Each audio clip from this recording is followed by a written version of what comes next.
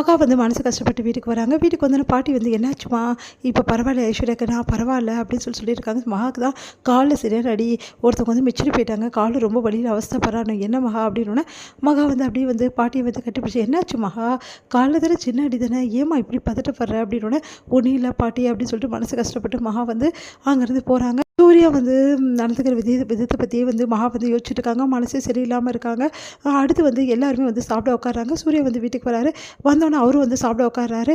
உடனே வந்து டேய் என்னாச்சு ஏதாச்சுன்னு கூட கேட்க மாட்டியா அப்படின்னா, அவன் தான் சாப்பிட்றான்ல சாப்பிட்டு முடிக்கட்டும் அப்படின்னு ராஜலட்சுமி சொல்கிறாங்க. முதல்ல நீ அமைதியாரு ராஜலட்சுமி, எதுவாக இருந்தாலும் கேட்கணும். ஏன்னாடா பொண்டாட்டி அவ்வளோ தூரம் வந்து ஃபோன் பண்ணியிருக்கா அத்தனை வாட்டி, ஆனால் ஒரு வாட்டி கூட எடுத்து என்னென்னு கேட்க மாட்டேன், அப்புறமா வந்து கூட என்னென்னு கூட கேட்க மாட்டேன், நீ பாட்டு சாப்பிட வர அப்படின்னு. இல்லை மகா தான் எங்கன்னு தான் பார்த்தேன். ஆமாடா நாங்கள் சொன்னோன்னே கேளு, உனக்கே அக்கறை கிடையாது. இல்லை பாட்டி நான் பார்த்தேன், மகா இங்கே தான் இருப்பான்னு நினச்சி நான் வந்தேன், இங்கே இல்லை. சரி மகா எங்கே, அவள் ரூமில் தான்டா இருக்கா, அவளுக்கு கொஞ்சம் உடம்பு சரியில்லை, என்னாச்சு பாட்டி அப்படின்னு.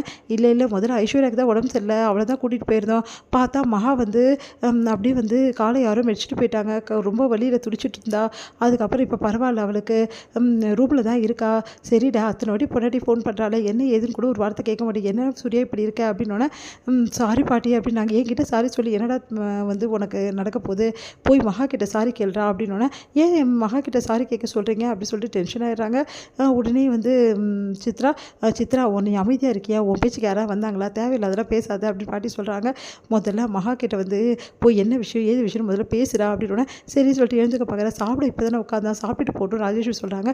முதல்ல வேணாம், முதல்ல வந்து ஒரு பொண்ணுக்கு புருஷனாக இருக்கட்டும், அப்புறம் சாப்பிட்றதெல்லாம் பார்த்துக்கலாம், அவளே சாப்பிடாம அங்கே இருக்கா அப்படின்னு சொல்லிட்டு பாட்டி சொன்னோன்னே சரின்னு சொல்லிட்டு சூர்யாவும் போகிறாரு. சூர்யா போய் பார்க்குறாரு, மகா வந்து ரொம்ப மனசு கஷ்டத்தோடு உட்காந்துருக்காங்க. அவங்க வந்து நினச்சிட்டு இருக்காங்க. அப்போ வந்து சூர்யா வந்து பேச வராரு. சூர்யா பார்த்தோன்னே எழுந்து உள்ளே போகிறாங்க. ஏன் மகா இப்படி பண்ணுற, ஏன் என்னை பார்த்தோன்னே வந்து போயிடுற அப்படின்னோடனே ஒன்றும் இல்லையே அப்படின்றாங்க.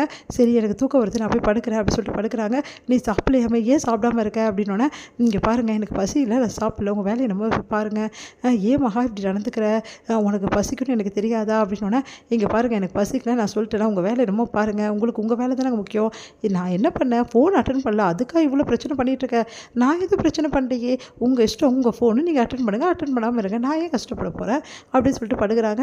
ஐயோ இது ஆவணி வேலையே இல்லை அப்படின்னு சொல்லிட்டு சூர்யா வந்து நீ சாப்பிடாக்கிட்ட போன்னு சொல்லிட்டு போயிடுறாரு. மகா வந்து ஆமாம் நான் கேட்டு போனால் இவருக்கு என்ன வந்தது அப்படின்னு சொல்லிட்டு படுத்துக்கிறாங்க. அடுத்து வந்து சூர்யா என்ன கொஞ்ச நேரத்தில் சாப்பாட்டோடு வராரு. இங்கே வா அப்படி சொல்லிட்டு திரும்புகிறாரு முகத்தை, என்ன வேணும் உங்களுக்கு அப்படின்னு வாயில் சாப்பாடை வச்சு அடைக்கிறாரு. ஏங்க இவ்வளோ பண்ணுறீங்க, அதெல்லாம் தெரியல, நீ சாப்பிட்டு தான் அவனுக்கு புரியுதா அப்படின்னு சொல்லிட்டு தொடர்ந்து வந்து அவங்கள பேச விடாமல் சாப்பாடு வச்சு அப்படியே ஊட்டிகிட்டே இருக்காரு. ஃபுல்லாக ஊட்டி விட்டுறாரு. ஏங்க இப்படி பண்ணுறீங்க, பின்ன என்ன சாப்பிடாம படுத்துருப்பேன், நாங்கள் சும்மா விட்டுடுவோமா, அதெல்லாம் தெரியும், சாப்பிட்டு தான் படுக்கணும், உனக்கு என்ன என் கூட சண்டை போடுமா, சாப்பிட்டுட்டு தெம்பா சண்டை போடு அப்படின்றாரு.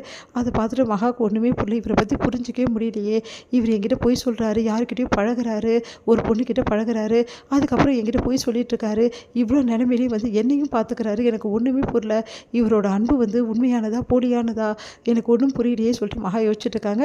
இங்கே வந்து அனாமிகா ரொம்ப சந்தோஷமாக இருக்காங்க. உடனே அவங்க அம்மாவுக்கு ஃபோன் பண்ணி வந்து பேசுகிறாங்க. என்னடி என்ன சொல்கிறாரு மாப்பிள்ளை, அவருக்கு என்னம்மா கிட்ட வராரு, நான் விலகி போகிறேன், அவரை தூரத்துலேயே வச்சுருக்கதான் எனக்கு நல்லது, அவர் வந்து என் பொண்டாட்டி பக்கத்துலேயே இருக்கணும், கண் பார்வையே இருக்கணும், ஆனால் பொண்டாட்டியை தொட முடியாது, அந்த நிலமை தான் அவருக்கு நான் கொடுக்குறேன், ஏன்னா அப்போ தான் அவர் என் கண்ட்ரோலில் இருப்பார் அப்படின்னோடனே, நான் எதுவாக இருந்தாலும் நான் பார்த்துக்கிறேன் அப்படின்னோடனே, என்ன அனாமிகா பார்க்க போகிறேன் அப்படின்னு சொல்லிட்டு உள்ளே வராரு விஜய். விஜயை பார்த்தோன்னே வந்து உடனே ஃபோனை வச்சுறாங்க, அப்புறம் பேசுகிறேன்னு சொல்லிட்டு உடனே வந்து அவள் வந்து இடுப்போடு சேர்த்து அப்படியே அணைக்கிறார் விஜய். உடனே வந்து என்ன பண்ணுறாங்க அனாமிகா, ஏங்க விடுங்க நல்ல நாள் பார்த்து வீட்டில் ஃபிக்ஸ் பண்ணுவாங்க, அவசரப்படாதீங்க அப்படின்னு சொல்லிட்டு ஓடி போகிறாங்க.